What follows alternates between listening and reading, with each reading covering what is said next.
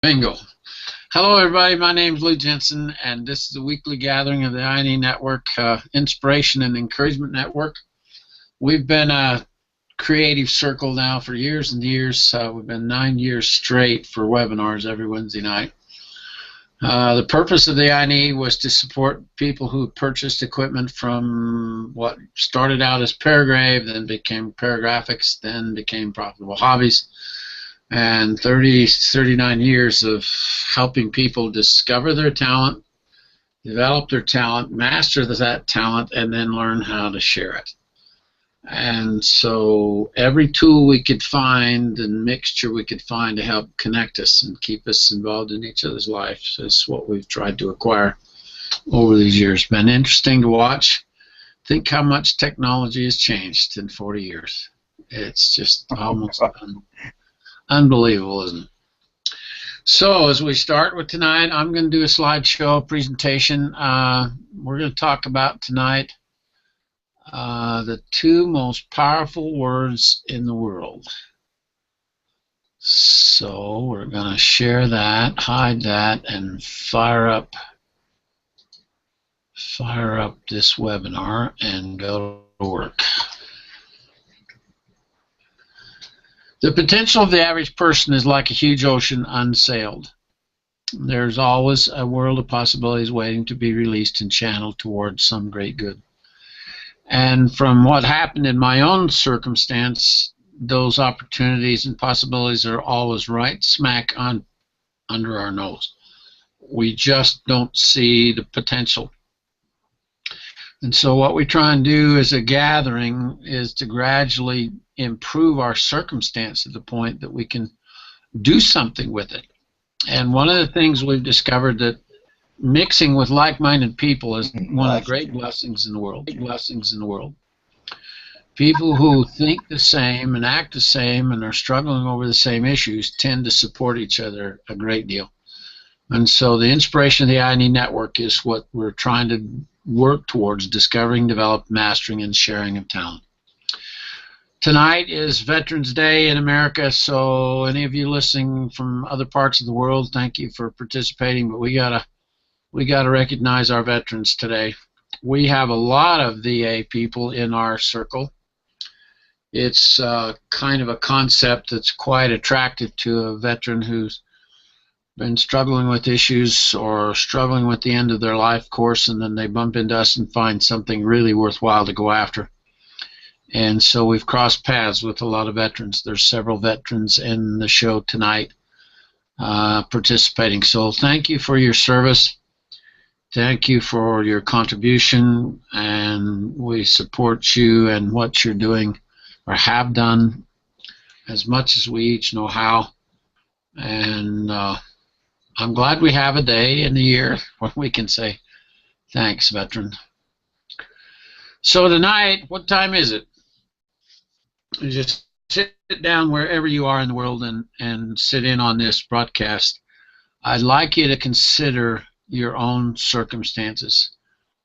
Don't measure yourself against anyone else. Don't think about what's going on in anybody else's world. Just measure your own. Look at your own circumstances and try and reason out, what do you think the most powerful two words in the world are? And of course, this is my own this is my own determination, but I think I'm really accurate, because what if are the two words that just unlock potential. Instead of coming at it with a negative supposition, you're saying, what if it would work? What if the possibilities would actually come together? What if we could pull it off? And the second your brain starts to think from what if perspective, you have every opportunity, every chance in the world to make it a reality. It's what's so great about living your regular life. The worst two words, however, are if only. And I don't know any human being that doesn't struggle with these two words. Just how can you live your life and not make mistakes? But if only, to me, are the ones you don't try. Remember the quote from Mark Twain that said, 20 years from now, you'll be more upset by the things you didn't try than the things that you did try. And if you can remember when Robin first took on the American American Insurance Family Dream Competition, and she went in and interacted with Craig and began to discover and open up all these kinds of opportunities. It was so fun to watch that just explode. Something that started out so simple went into this whole nother thing now. Completely changed the course of history for both her and Craig. And when I watch these kinds of things happen, I bump into Frank. Frank sent me these pictures, and he did this engraving for his grandson, I think it was. Yeah, grandson. And when you look and see on a piece of tile how well it's done and how interesting the concept is as a whole, to be able to do something that will be put in stone and will be there from now on. Who knows how long this piece is going to last? And every time I see that kind of thing and realize what's out there and the real potential that there is with this custom personalization stuff that we do, I get just absolutely cranked more and more. This was a project that Tammy Severs did. The memory of the black what regiment? I don't remember. Oh, the Black Lion Regiment in World War II. And when you get asked to do these specific kinds of things, I think it's so significant to stay with those things, to get them done and get them in a position where they will outlast your lifetime. This was the clip from the very first show that we did, the first Google Hangout in 13. And I think, God, isn't it interesting? Have we come a long way from this date right here? We've learned gradually more and more what we're able to do and how to make it work. We're learning every week. Every week something new shows up. So by the wood turning store, Chris and I got to go to the wood turning store to pick up some stuff for him yesterday. And when I went in the store with him, it's just so, I mean, it's got all these incredible wood materials and videos and information and supplies and turning materials, and oh, it just absolutely lights you up if you love turning and you love wood. And it got me thinking about it, so I jumped back on my show and added a couple of things into it. This is Dale Nish, and Dale died right after his last major event. I was at that show. We visited for a while. We've been business competitors and friends for years, and it's so significant to watch what Dale started and kind of mix it along with the things that I've started. And Dale worked for the university in the industrial arts program, and he wrote several years ago, many years ago, a resurrection Bible of the concept of turning. And it really launched a whole new hobby world. And Craft Supply became the primary deliverer of the products of the book, and then they packaged everything there was to do with wood turning, and I've been selling it now for years and years. Then they have the International Wood Turning Symposium here at the college that we're looking at of sponsoring and putting Jack Solomon's collection at UVU every June, and people from all over the world literally come to Dale Nish's results of his work and his efforts. And the stuff that you'll see presented and displayed takes turning and art to the nth degree. It is the most fascinating exposure because you'll see everything. You just can't believe what's here. This has all been beaded. So this was cut out in through here and then beaded and inlaid in this surface and in this surface here. This is a guy that's been doing these laid out pieces, and then he wood burns in these cross marks to make it look like it's woven, hand woven, but that's actually a turned plate. I always love this. I think they're just absolutely attractive as can be. And then Paul Fennell came along and popped things in a whole new way and put carving kind of in motion. He wasn't the first, but he sure did a unique job on it, from Arizona. And then this is turning and pyrography, so this has been burned into the surface. Now, it seems kind of fun for me that you would take the time and patience to burn it when we all know that you drop the power pin in place here. You could crank this out quite a bit faster than you can with wood burning. But it's still done. And then this is the same person that did this piece. I didn't photograph the name, so I'm sorry, I don't know who. I know it was a woman, but I have yet to remember or find out what her name is. But I love, when I see texture like this, combinations like this, I can see so much potential, because we could touch it right here, touch it right here, touch it right here, and carve this out in an eggshell or any other surface. But hasn't she done a beautiful job? This is that same application taken out of a giant burl and then carved out and then inlaid into it. So every June is this international symposium here in Utah. And what an incredibly fun experience. If you've never been to something like this, this is really something to put on your to-do list, and get your butt out here to Utah with us and spend some time playing with wood and wood turning. I enjoyed seeing the catalogs. This was on the shelf over there yesterday, and over the years, some of the people have just excelled like crazy with wood turning. And it has opened up so many doors, and none more than Ben Foe. Ben is one of our masters in our circle, and Ben was one of the first to use high speed.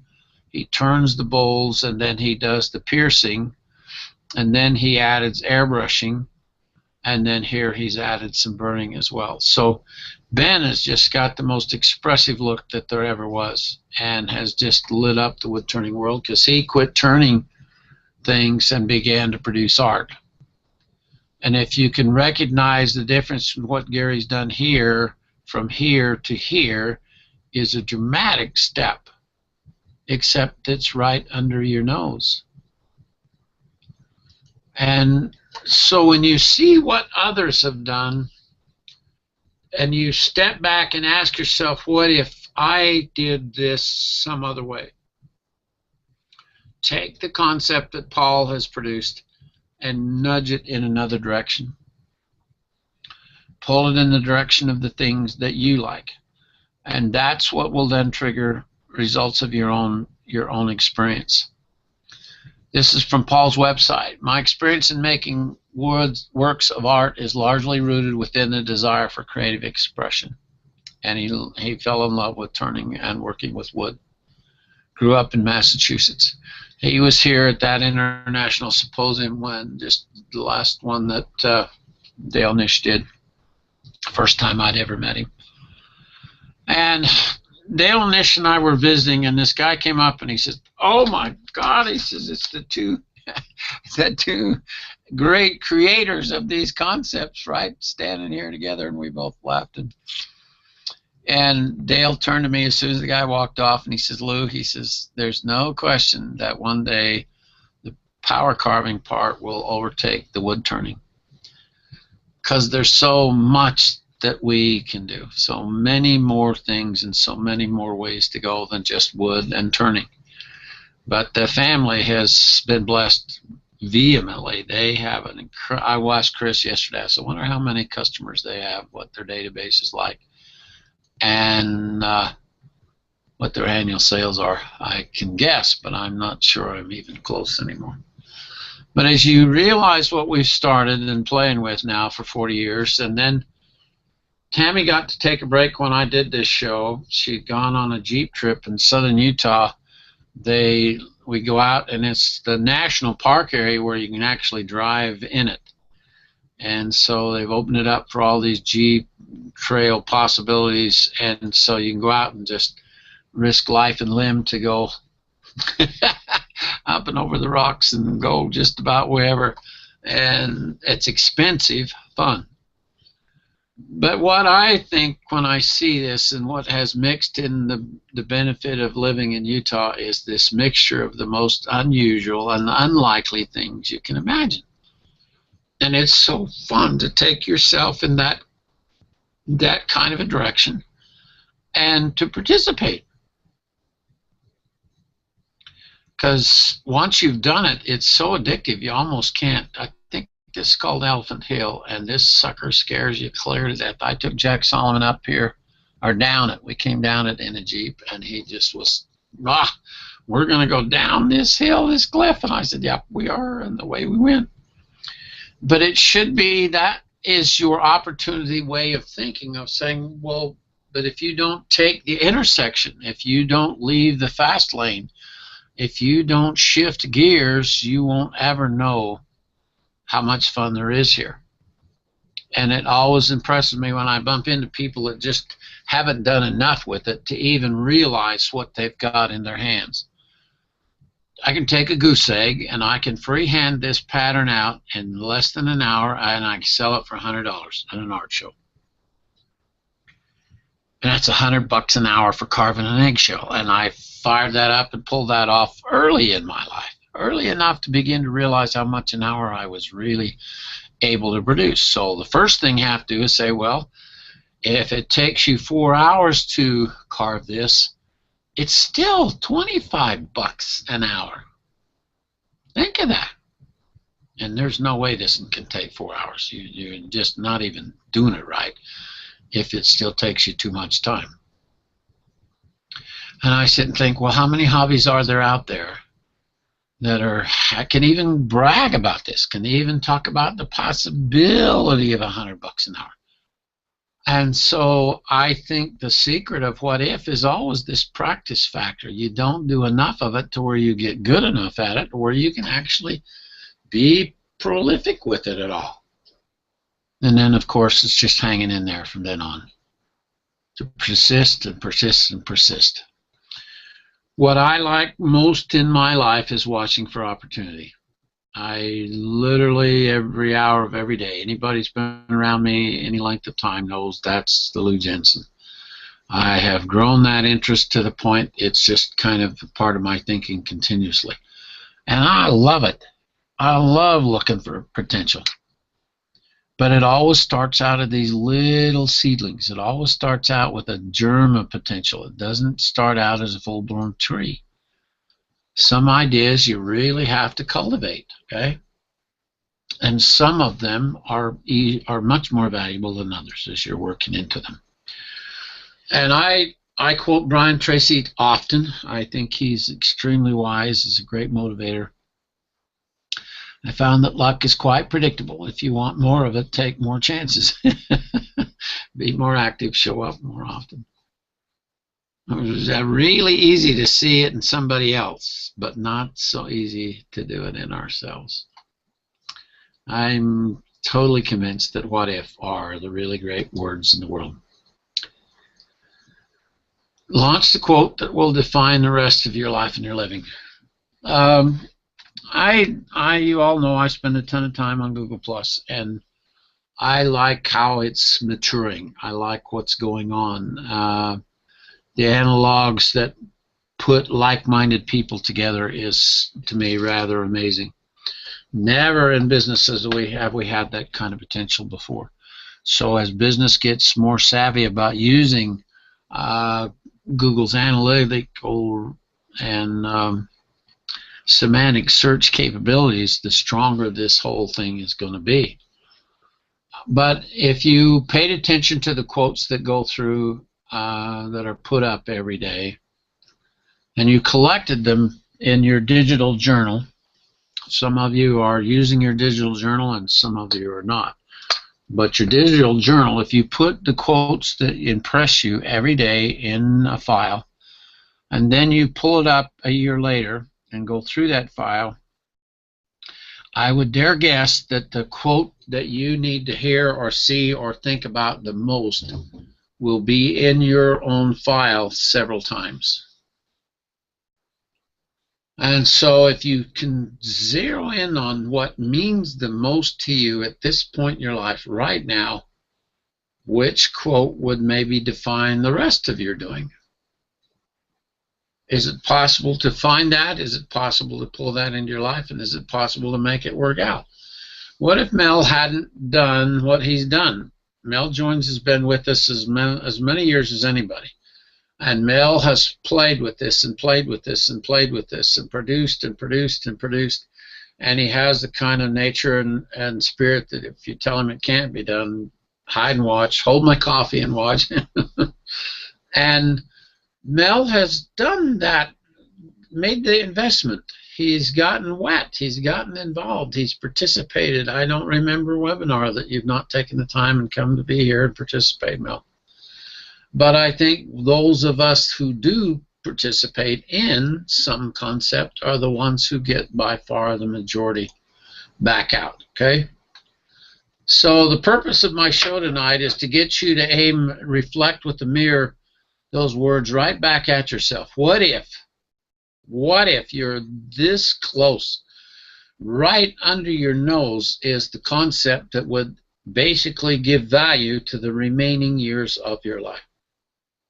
Why not expect that? Why not look for that? Why not say, okay, I got X number of years to breathe, X number of years to live, but what I most want to do is this, whatever it is, and begin to produce that, mix that, formulate it, flesh it out, turn it from just an idea and a dream into some kind of reality.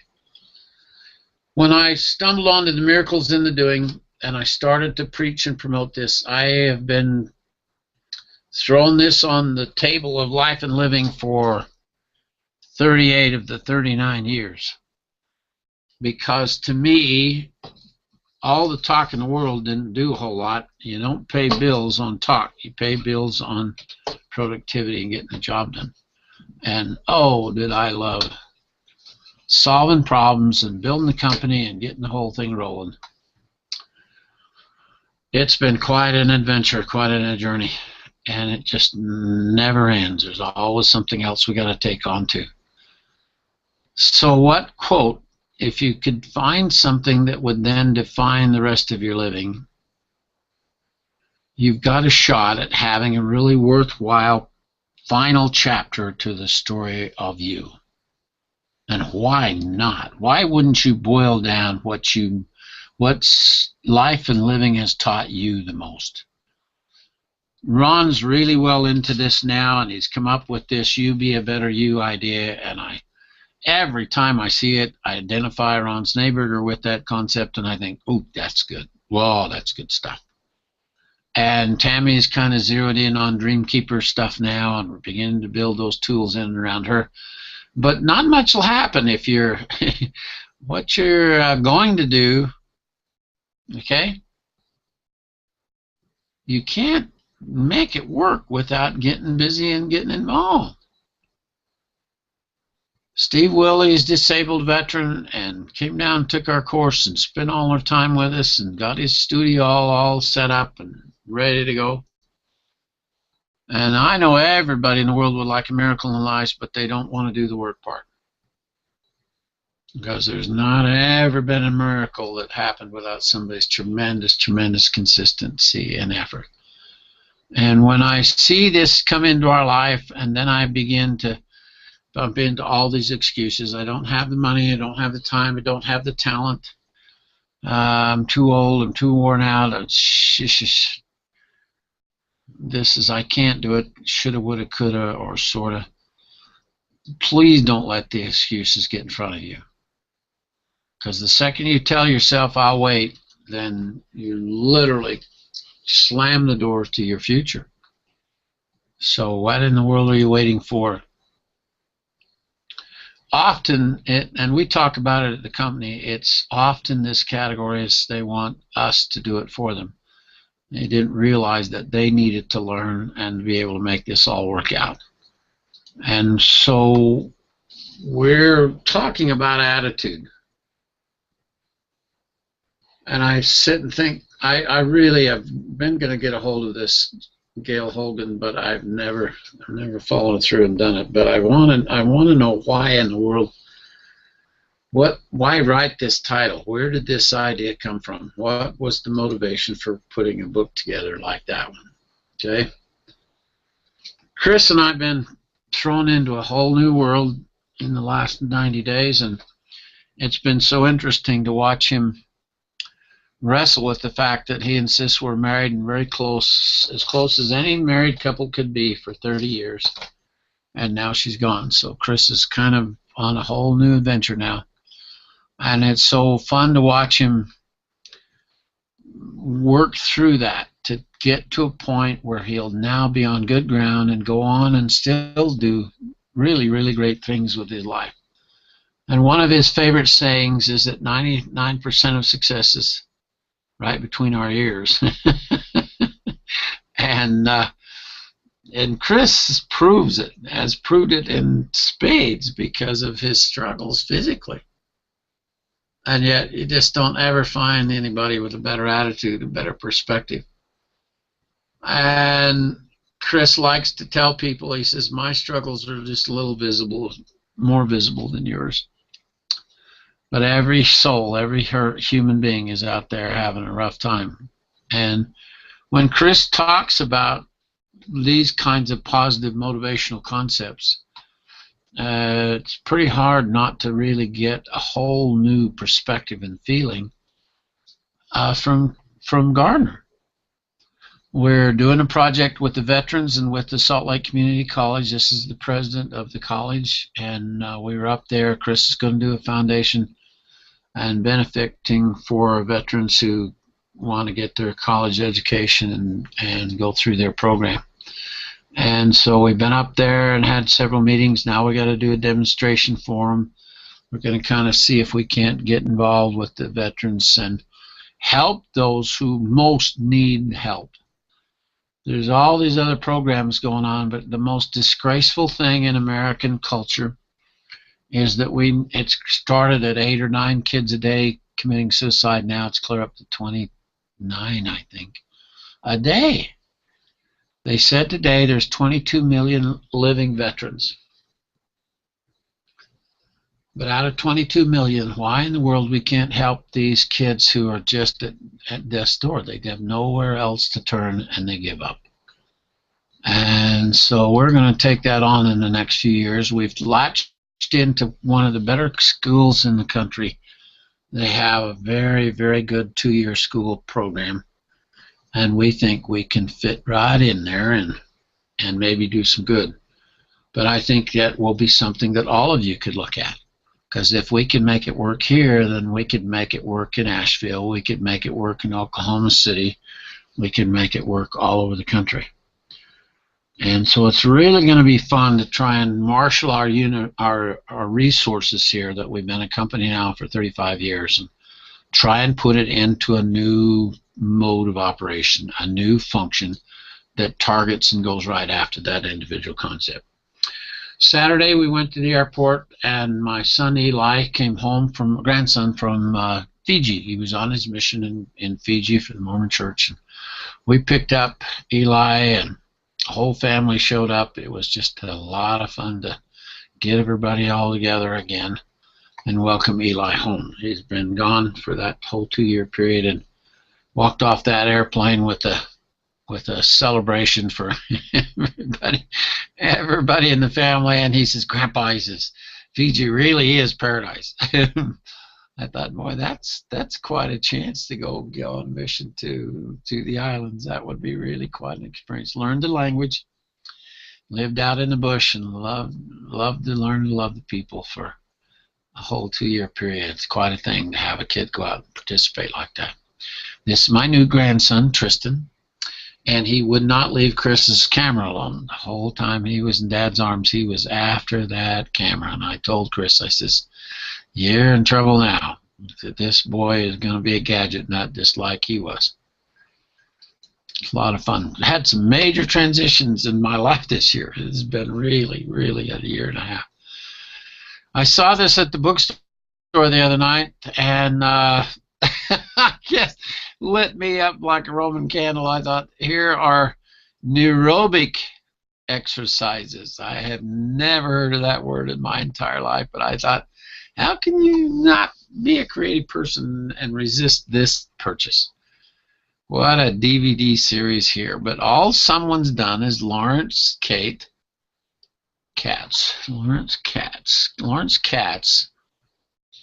and Manning Rubin have put together this Keep Your Brain Alive thing and have some extra exercises to help improve memory loss. And what else? I forgot. I've got my crystal came in yesterday, and I have a beautiful piece of crystal I've got to do tomorrow. So it's going to be production time to crank up my blaster and bang out another piece of crystal. And this was the one I just did for the university president at another school here, the UVU bunch, and for Jack. And there is so many thank yous around all of you. Every organization in your area needs to do more appropriate thank yous for their benefactors. The people that are funding the universities, the people that are funding the churches, the people who are funding schools. Any organization that raises money have people that give more than other people do to that concept. It's usually in a 20% ratio. 20% do 80% of the giving. And that group of people need a better than normal thank you. And it's all around you. Potential and opportunity around every one of you if you'll just see it when it shows up.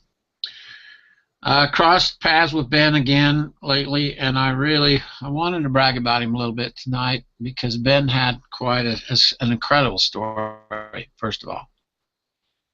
He missed the last helicopter coming out of Vietnam. His family got out, but he didn't get there in time and missed the last helicopter out of Vietnam. And then he was put in prison. I think it was 4 years he was in prison, and then he escaped and had to go up through Laos and all over the place. He was a young kid trying to get out of the Far East and eventually got on a boat and got to America.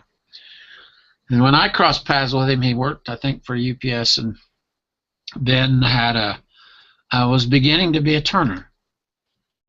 And he loved turning. Turning is like what we do with carving and with sandblasting and airbrushing. It's therapeutic as hell, regardless of the mental struggles and battles you're dealing with. There's some amazing things that you can do that really are a lot of fun to play with. And Ben added power carving to his turning. So he would do these beautiful turnings, and then he would relief carve them, pierce them. They call it piercing. And then he added airbrushing. And then he packed his years of philosophy and what life had taught him into his carvings. And I opened up his website today, and oh my gosh, what a beautiful thing this guy's doing. He is just stretching his thinking out there so far now. It's unbelievable. And I met him when it was first getting going. I jumped on the plane and flew to Chicago, and we spent the day together, did some video with him, and he did a piece for me right while we were there working, showed me every step of the way. But Ben has just opened up all kinds of doors because he crossed from turning over into power carving, over into airbrushing, and put them all together. And everything relates to his Asian culture and the natural world. The story of his journey from an idyllic childhood in Vietnam, the rise of communism, his escape to the United States, in his book called River of Destiny, The Life and Work of Ben Pho. In conjunction with a retrospective of his work at the Long Beach Museum of Art, Ben Pho is demanded as lecturer and demonstrator, and his work is exhibited internationally in permanent collection in numerous museums now. This is what he mixes is his personal life and living philosophy with his art. Life is filled with wonder. Some things happen for a reason, yet they are not always as they appear to be. A good thing may not be all good, and a bad thing may not be all bad. Life and death, success and failure, love and loss, all present an endless cycle of all things in the balance of yin and yang. When I missed the last helicopter at the American Embassy during the fall of Saigon, I thought that was the worst day of my life. As the future unfolded, I found it was a good thing that had happened to me. The helicopter is represented by the metal part of this world cast in bronze, providing negative space for the dragonfly, which represents the organic part, turned, textured, and painted on the maple. The two halves can be presented as a bowl with endless possibilities in life, or it can be detached, forming the sculpture as we want it to be. In a way, it also resembles a boat, such as one that helped me to achieve the American dream. Ben is just such an extraordinary person, and I remember the battle one night on the phone of his first show, and he was going to the show downtown Chicago and trying to figure out how much should he charge for these pieces. And I was bucking for $3,000 a piece, and he was thinking more like $1,000 a piece. So I talked him into selling them for $3,000 a piece, and he went and did his show that weekend and didn't sell a thing, not one thing. So my phone call with him Monday morning was not a good one. He was pretty upset with me, because he says if I'd have sold them for $1,000, I would have made some money. And so I didn't have a really good answer, because the pricing of things is all perception and all a variable thing. But you're not selling a piece of turned wood, you're selling a piece of art. And the very next day, Neiman Marcus, buyer from Neiman Marcus, called him and wanted to buy 30 pieces for each of the stores that he was, 5 for each of the 6 stores he was opening up. And he wanted a better price than $3,000. So I teach you to tell everybody you've got a consultant that helps you price your artwork, and you'll get to talk to Lou, and then we'll get back to you. And he called me. He says, what do I do now? And I says, keep it at $3,000. They'll just double or triple your price. They're $3,000 a piece because they're custom limited edition stuff. And so he held to his guns, and the guy accepted the order at 30 pieces at $3,000 a piece. And Ben's first order was just a home run. And he's never looked back. Never looked back. His pieces are extremely expensive now. But you have to be willing to do what the average person will not do. Okay? Or you're going to be stuck in this ordinary category from now on. And when you begin to realize that giving up is easy, when your dreams seem far away and your life is full of obstacles, face them every day, no matter what the challenge. Faith will get you through it, so never quit. Just remember you can do it. And remember, we're all in this together. When I see something like this, and I'm involved in innovation at the pace that I am and more in my life, and I see this quick pitch thing for speed teching, figuring things out faster, I'm going, oh, the new generation is just coming up with so dang much good stuff. It's just, if there was ever a time in life to play with your creativity, it is now. And I think we got one of the better circles for doing just that. And I talk constantly about the lucky stars and 7 of everything. There's just 7 lucky stars out there that you should be talking about every day. And I just presented and put this together, and then I found this slide. Is that not, talk about a great way to inspire with 7 stars, 7 lucky stars. Never doubt that a small group of thoughtful, committed citizens can change the world. Indeed, it is the only thing that ever has. Think of that. It is indeed the only thing that ever has changed and improved the world. And I think we're playing with that very concept, that very idea. So get wet, get even wetter. Give it all you've got, guys. Don't let an hour of the day get away from you. Get your thinking out of the rut, and don't let your business interfere with your future, okay? How we think is how things go. And it's hard to realize that that is so profound. But 99% of success in life is, or lack of it, is in between your ears, okay? I think about what if I hadn't stayed with this, because from the moment I thought of doing the first eggshell, and a year or two it took me to get to the idea of the first straight drill, and then it took me a year or two to get the idea of a company started, and then it took a year or two to come up with the kit. I mean, it has been this evolution of just staying with it. But keep trying, keep struggling. There's always a way. Chris is the first one that will preach. There's always a way if you want it bad enough. And I remember going down to this Firebird Raceway and doing this custom car show, 1986 in Phoenix, and I had put the Chevy bow tie right here on the side window for this kid. He had just won the show, and my friend was the judge. And so I went over to him and I said, you know, your car's just finished absolutely perfect, but it needs one more thing. And the second I talked to him about putting Heartbeat of America and the Chevy bow tie on those two side windows, they're still there, guys. I don't know where this car has ended up, but I damn guarantee you that my engraving is still on those two side windows all this time. But what if Greg Woodard hadn't continued? Greg was our first world champion, won the world title in 1993 in Ocean City, Maryland, and we were all there bragging and hollering and hooting for him, and oh my gosh, what a thrill that was at that moment. But Greg has gone on and on and on and on, and has won the world championship more times than any other one individual. Then he quit competing because everybody just hated to have him show up even. But now all his work is sold in Park City. He does a lot of sculpture now, a lot of bronze. But there's few people had any more wonderful wife than Greg Woodard. One day this guy showed up in his Volkswagen he'd driven all the way from Florida to give me this piece. And I still have it in my life. And this was Michael Thane's artwork, and he had carved it. It was the first thing he did with the drill. And it freaked him out because he just didn't think that he could do it. But it was the tracing of a pattern, and it's in butcher block. But then he did all of that and went to all that effort, and then he just walked away. He just quit.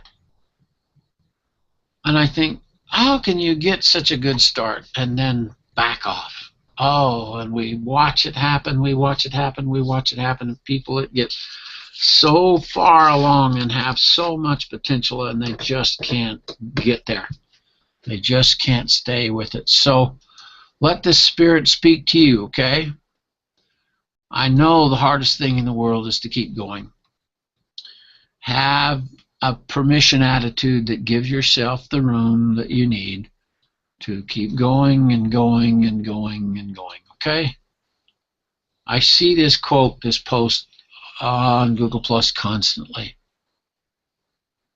because it takes courage to change. It takes courage to continue. It takes courage to hang in there. If you haven't finished my From Amateur to Master, the 7 Steps to Mastery of Something, then get in touch with me and let's renew the effort. Because from amateur to the master of something is just one of the great, great, great things. And once you get to the mastery of something, then package what you've learned and share it.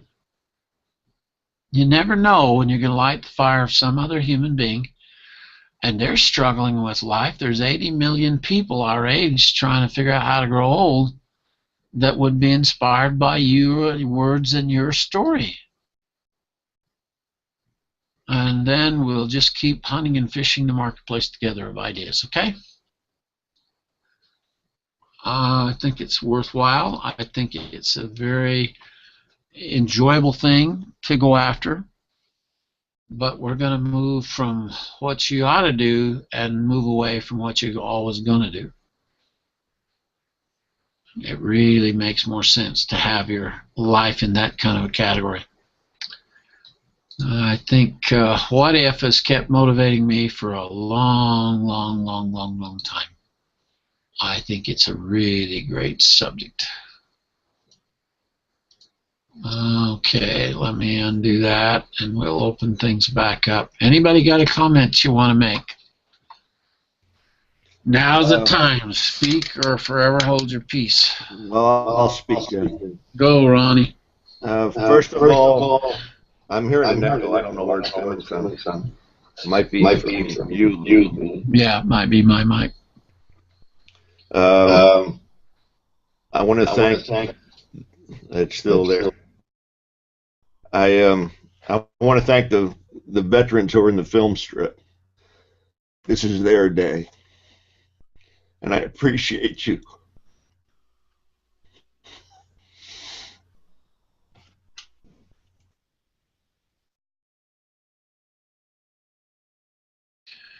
Very hard to say anything better than that. Thanks a lot, Ron. We appreciate your assistance too. Thanks. I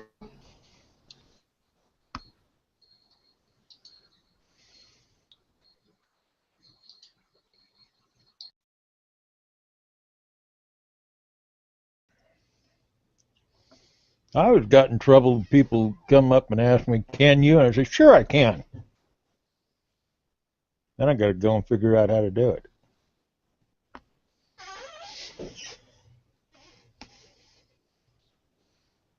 But that's most of the challenge.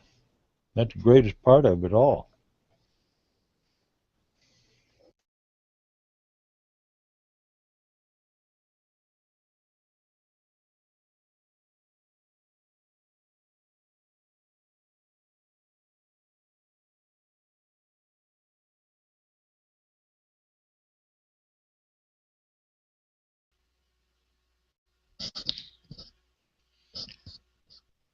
Lou, you need to unmute your mic. We can't hear you.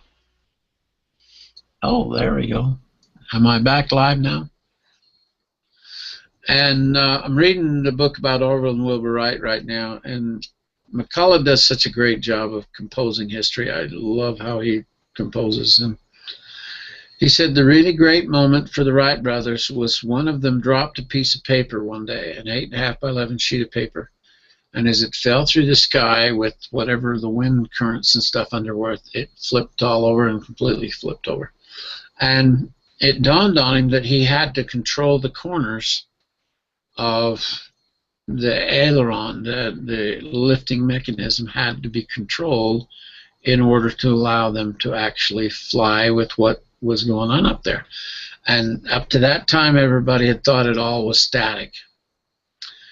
Well, that moment of brilliance changed the entire course of thinking of how in the hell can man fly up to that moment. And from then on, it had a chance. But he couldn't figure out how to do it, how to make that work.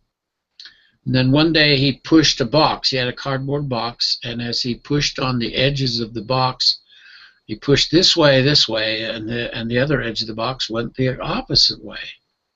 And it suddenly dawned on him that he had a way to control. It was before there was even an aileron. And if you notice the wings on the first glider, they were basically a box that could be tipped and maneuvered and learn to fly and glide and control the movement of the plane. And when I look at that evolution of that thinking, and then I've collected all the major points in the history of flight, things that have just changed the course of the future ever since then. So from, I think it was 1910 when they finally flew with power, until now, they have just gradually improved it here and improved it here and improved it here and improved it here. And so all of us in this last 30 years of playing with high-speed power carving and with airbrushing and with sandblasting, I know flat out that we don't realize what we're really doing, because we are involved in another advent of something completely new. And when Tam and I sit back and talk about what we've done and what we've accomplished, I don't think we're even aware of it yet. I don't think we even realize that the Ben Foes and the Greg Woodards and the Darwin Dowers and the Craig Hones and the Nick Polschuk's and the Mel Joinses and Ron Schneebergers, the people that have stayed with a concept, a singular thing, long enough to move themselves into a position of a profitable hobby. Boy, that to me, that's dramatic. I am so convinced the world needs to have their own enterprise.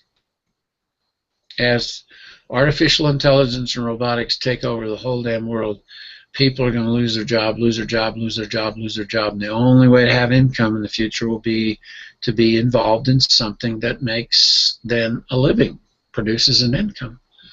And a profitable hobby is just about as good a way to do that as there is, besides retire and play and have a decent other end of your life. So I think we're messing with something really big, really profound. And for all of you that are in the film strip tonight and all of you that participate with us as a concept for so many years, just no good way to thank you for hanging in there. It really has been such an enjoyable thing for us to have come this far with such good people around us. Tam, you want to throw your hat into the ring, lady?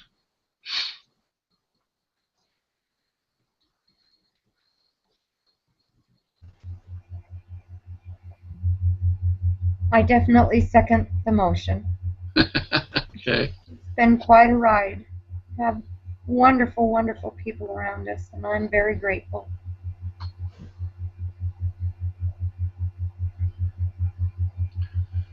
A lot of fun. A lot of fun. All right. Any other comments from anybody? Or we about got her wrapped up for tonight? I think. Lou, I have go ahead, Nick. what you ought to do.